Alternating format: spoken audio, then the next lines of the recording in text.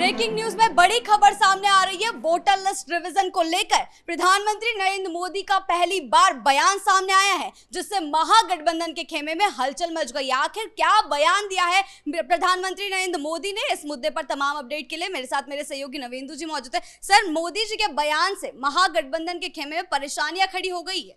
देखिए, पीएम मोदी ने जो कहा है उससे महागठबंधन बेचैन हो गया है। महागठबंधन को लग रहा है कि अब जो है, जब पीएम मोदी ने बोल दिया है तो अब फिर कार्रवाई से कोई नहीं रोक सकता। बिहार में वोटर लिस्ट को लेकर जो बवाल मचाया हुआ है इन लोगों ने, ये लोग समझ नहीं रहे हैं या फिर ये जानबूझकर ऐसी हरकतें कर रहे हैं ताकि आम लोग जो है वो परेशान हो। पीएम मोदी ने साफ साफ कह दिया है कि संविधान के तहत न्याय संगत कार्रवाई करेंगे और जो भारत के नागरिक नहीं होंगे उसको भारत से बाहर करेंगे। पीएम मोदी ने साफ साफ चेतावनी दी है और वोटर लिस्ट बवाल के बाद पहली बार उनका बयान सामने आया है।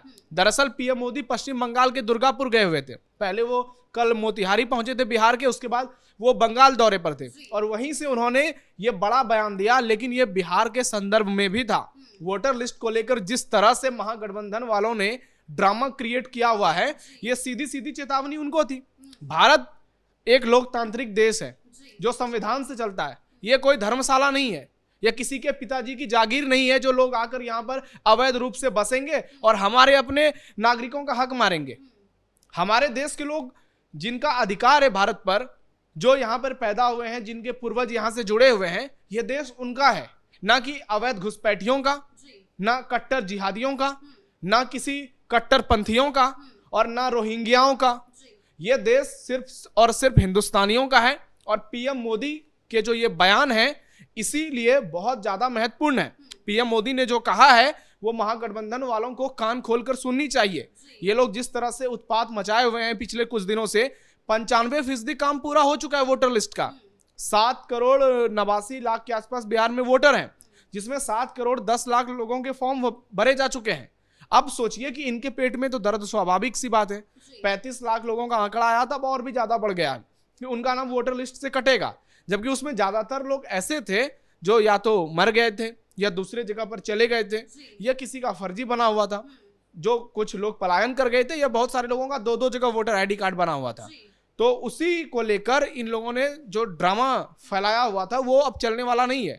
95% काम तब पूरा हो गया है जब 7 दिन पूरी तरह से बाकी हैं। अभी 7 दिन बाकी हैं और तब ये काम 95% पूरा हो गया है। तो इससे आप समझ सकते हैं कि किस तेजी से चुनाव आयोग काम कर रहा है और उससे ज्यादा जागरूकता भी बिहार के लोग दिखा रहे हैं। यहां पर लोगों की भी जितनी तारीफ की जाए वो कम होगी। ये जो बयान पीएम मोदी के आए हैं ये बहुत महत्वपूर्ण है, सिर्फ बिहार और बंगाल के नजरिए से नहीं, देश भर के लिए। क्योंकि भारत के कई हिस्सों में अवैध बांग्लादेशी, अवैध घुसपैठिए, अवैध कट्टरपंथी घुसे हुए हैं और इन्हें लेकर जबरदस्त कार्रवाई देखने को मिल रही है। बिहार में वोटर लिस्ट रिवीजन का मुद्दा जो है वो अंतिम चरण पर है, जो प्रक्रिया है वो अंतिम चरण पर है। ऐसे में महागठबंधन सिर्फ मुद्दा भुनाने की कोशिश कर रहा है और अभी तो कुछ लाख नाम जो है काटे जा चुके हैं, काटने की प्रक्रिया जो है उनमें चल रही है। आगे भी और कई नाम सामने आ सकते हैं, लेकिन महागठबंधन फिर भी सिर्फ मुद्दा भुना रहा है, कोई विजन पेश नहीं कर रहा है। देखिए, खबर आई है कि दिल्ली में 3 बांग्लादेशी पकड़े गए हैं। असम में हिमंता विश्व शर्मा अलग ही लय में नजर आ रहे हैं और खदेड़ रहे हैं वहां से। पश्चिम बंगाल में ममता बनर्जी की हालत खराब है क्योंकि अगले साल विधानसभा चुनाव होने हैं। जिस तरह से देश भर में बांग्लादेशियों के खिलाफ एक्शन हो रहा है, जिस तरह से उनके खिलाफ कार्रवाई हो रही है, रोहिंग्या हो, घुसपैठियां, कोई भी, विपक्षी पार्टियों के पेट में बड़ा दर्द हो रहा है। तो इनके पास समय ही नहीं है विजन के बारे में सोचने का। ये सिर्फ अपने भाईजान के बारे में सोच रहे हैं, अपनी बहनों के बारे में सोच रहे हैं जो अवैध घुसपैठियां हैं, जिन्होंने जबरदस्ती भारत में घुसकर यहां पर कब्जा किया हुआ है और यहां के लोगों का हक मार रहे हैं। तो ये लोग क्या विजन पेश करेंगे? इनका एक ही विजन है, वो है तुष्टीकरण का विजन। मुसलमान को पूरी तरह से लुभाओ, मुस्लिम सियासत करो और हिंदुओं के खिलाफ बयानबाजी करते रहो। हिंदुओं के पर्व त्योहार पर टिप्पणी करो, हिंदुओं को कटघरे में खड़े करो, कांवड़ यात्रा पर सवाल उठाओ, दशहरा दिवाली पर सवाल खड़े करो। इनका असली विजन यही है। अगर इनका विजन कुछ और होता तो पीएम मोदी तीसरी बार पीएम नहीं होते, योगी आदित्यनाथ दूसरी बार यूपी के सीएम नहीं होते और बिहार में नीतीश कुमार तो लगातार सीएम बनते ही आ रहे हैं। और इस बार भी अब जो सर्वे सामने आ रहे हैं उसके मुताबिक पहली पसंद के तौर पर बहुत जल्दी नीतीश कुमार फिर से टॉप करने वाले हैं।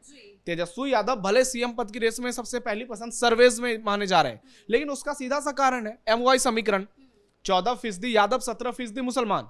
ऐसे में इसके अलावा फिर तेजस्वी के साथ कौन है, ये बड़ा सवाल है। और जहां तक विजन की बात है, तो जो व्यक्ति 10वीं पास ना किया हो, आप सोचिए कि ये बहुत सीरियस बातें हैं कि जिसने अपने जीवन में पढ़ाई लिखाई को हाशिए पर रखा, वो विकास को लेकर क्या विजन रख सकता है, वो डेवलपमेंट को लेकर, वो एजुकेशन हेल्थ को लेकर क्या विजन रखेगा। सियासत में जरूरी है कि आप अगर पढ़े लिखे नहीं भी हैं तो आपको बहुत सारी चीजों का एक्सपीरियंस होना चाहिए, आप सोसाइटी से जुड़े हुए लोग हों। लेकिन तेजस्वी यादव के बारे में कौन कहेगा कि उनको बहुत ज्यादा एक्सपीरियंस है। भले वो नीतीश कुमार की कृपा से डिप्टी सीएम बन गए, एक बार नहीं 2-2 बार बने, लेकिन वो जो दावे करते हैं उसमें कितनी सच्चाई है कि मेरे वजह से नौकरी मिली, मेरे वजह से 4 लाख लोगों को नौकरियां मिली। अगर आपके वजह से नौकरियां मिली है तो फिर नीतीश कुमार क्या कर रहे थे? आपके पास इतना ही ज्यादा पावर था तो आप गठबंधन से अलग हो जाते, आप खुद सीएम बनने का दावा पेश करते। तो विजन की बात जो है वो क्लियर है, इन लोगों के पास कोई विजन नहीं है। इनका एक ही विजन है, हिंदुओं का विरोध और मुसलमानों का खुलकर समर्थन, तुष्टीकरण की सियासत। और यही इनका विजन है जिस पर पीएम मोदी ने जोरदार प्रहार किया है। और पीएम मोदी का जो बयान है सिर्फ बिहार और बंगाल के लिए नहीं, देश भर के अवैध घुसपैठियों के लिए है, कट्टरपंथियों के लिए है, जो भारत में रहकर पाकिस्तान का झंडा लहराते हैं, जो भारत में रहकर फिलिस्तीन, ईरान, सीरिया, यमन का झंडा लहराते हैं, हिजबुल्लाह और नसरुल्लाह के समर्थन में रैली निकालते हैं, जो खामनेई है उनके समर्थन में पोस्टरबाजी करते हैं, नारेबाजी करते हैं। पीएम मोदी प्रधानमंत्री के पद पर हैं, वो किसी राज्य के सीएम की तरह नहीं बयान देते रहते हैं। वो जब कुछ बोलते हैं तो उस बात का वजन होता है, उसकी अपनी इंपॉर्टेंस होती है। और नरेंद्र मोदी का कद जो है आज दुनिया में ऑपरेशन सिंदूर के बाद जो और बढ़ा है, वो इस बात की गवाही दे रहा है कि उतनी उनकी बातों में कितनी गंभीरता है। और ये वोटर लिस्ट पर जो उन्होंने बयान दिया है, इस बयान के मायने बहुत महत्वपूर्ण है और आने वाले समय में इसका बहुत बड़ा इंपैक्ट भारत की सियासत में होने वाला है। अगर आप आंकड़े देखें तो भारत में करोड़ों करोड़ लोग जो हैं वो अवैध रूप से घुसपैठ किया है उन्होंने, और आज भी हो रहा है, चाहे असम के कुछ इलाकों से हो, बांग्लादेश के। हालांकि सवाल ममता बनर्जी उठा रही हैं केंद्र सरकार पर कि बीएसएफ आपके पास है, फिर भी लोग कैसे घुसपैठ कर रहे हैं। तो चलिए, सवाल उठाना चाहिए और लोकतंत्र में यही पॉलिटिकल पार्टियों की खूबसूरती होती है। लेकिन आप ये देखिए कि उनको बढ़ावा कौन दे रहा है। चाहे पश्चिम बंगाल की बात करें, ममता बनर्जी खुलकर उनको समर्थन दे रही हैं, वोटर कार्ड बनवा रही हैं, मकान बनवा रही हैं, तमाम सरकारी फैसिलिटीज दे रही हैं। उसी तरह बिहार में सीमांचल में जो बड़े पैमाने पर घुसपैठ हुआ है, तेजस्वी और महागठबंधन उनके रहनुमा बन गए हैं। कुछ समय पहले ओवैसी भी गए थे और इसलिए ओवैसी छटपटा रहे हैं कि पिछले बार 5 सीटें वहां से जीती थी उन्होंने और उसमें से 4 आरजेडी ने अपने खेमे में करवा लिया। तो उनको भी लग रहा है कि बड़े पैमाने पर लोगों का नाम कट रहा है, इस बार जो है वो धांधली संभव ही नहीं है और सीमांचल में वैसे ही कार्रवाई होगी जैसे भारत के दूसरे हिस्सों में होगी। तो इसका असर बिहार चुनाव में सीधे तौर पर पड़ेगा। लेकिन महागठबंधन जो है बार बार भाजपा पर, एनडीए पर निशाना साधती रहती है हर मुद्दे को लेकर, लेकिन अब वो खुद ही घिरती जा रही है क्योंकि लालू प्रसाद यादव एक बार फिर सुर्खियों में बन गए हैं लैड फॉर जॉब स्कैम को मामले को लेकर। ठीक है, तो अब आगे चलकर इस मुद्दे में कहा गया है कि कार्रवाई जो है तेज होनी चाहिए। तो अब क्या होगा? महागठबंधन तो फिर घिर गई है। देखिए, ये हम आप नहीं कह रहे हैं, ना ही कोई आम लोग कह रहा है। सुप्रीम कोर्ट ने कहा है कि कार्रवाई में तेजी करिए और हाई कोर्ट से कहा है। तो ऐसे में लालू यादव की जो जेल जाने की संभावना है वो बहुत ज्यादा बढ़ने लगी है। जिस व्यक्ति ने गरीबों का जमीन हड़पा, गरीबों की जमीन लूटी, वैसे लोगों को जिनके घर में खाने के लाले थे, सोचिए कि ये सिर्फ एक जुर्म नहीं है, ये बहुत बड़ा अपराध और बहुत बड़ा पाप भी है, जिसकी सजा तो लालू यादव को भुगतनी पड़ेगी और निश्चित तौर पर वो जेल जाएंगे अगर ये जो आरोप तमाम है वो साबित हो गए। क्योंकि इसमें सिर्फ लालू का नाम नहीं है, तेजस्वी भी शामिल है, राबड़ी भी शामिल है, उनकी बेटियों का भी नाम है। तो लालू यादव की स्थिति जो है वो बद से बदतर होती जा रही है। परिवार में कलह जो है वो जग जाहिर है। कल तेज प्रताप यादव प्रेस कॉन्फ्रेंस करने वाले थे, लेकिन लास्ट में राबड़ी देवी से फोन कराकर लालू यादव ने बड़ा दाव खेल दिया। फिलहाल के लिए तो वो मान गए, लेकिन आगे चलकर वो बगावत नहीं करेंगे, इस बात की कोई गारंटी नहीं है। तो इस तमाम बातों का असर जो है वो बिहार चुनाव में पड़ेगा और ये महागठबंधन के खेमे में ही पड़ेगा। क्योंकि एक तो राहुल गांधी अभी तक तय नहीं कर पाए हैं कि आरजेडी कितने पे लड़ेगी, कांग्रेस कितने पे लड़ेगी, और वो तय करने की स्थिति में भी नहीं है।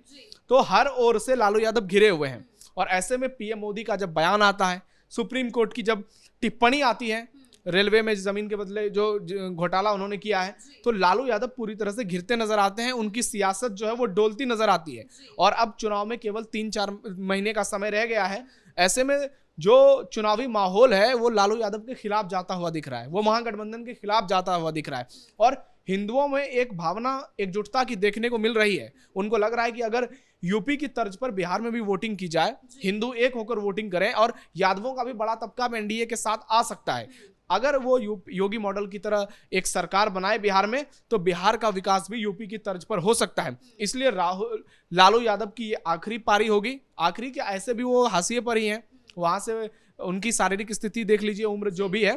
तेजस्वी यादव का सपना जो है सीएम बनने का 5 साल फिर दूर हो सकता है। बहुत बहुत धन्यवाद आपके इन तमाम जानकारियों के लिए। तो जिस तरीके से पीएम मोदी का बयान आया है बिहार वोटर लिस्ट रिवीजन को लेकर भी ये मामला गहराता जा रहा है। महागठबंधन जो है बार बार सवाल उठा रहा है, लेकिन अब पीएम मोदी ने इस मुद्दे पर बयान दे दिया है। तो देखना ये होगा कि अब महागठबंधन की ओर से क्या क्या प्रतिक्रियाएं सामने आती हैं, इस पर हमारी नजरें जो है बनी रहेगी। ब्रेकिंग न्यूज में फिलहाल इतना ही। कैमरा पर्सन कुणाल के साथ मैं शिवानी रतूड़ी, कैपिटल टीवी बिहार।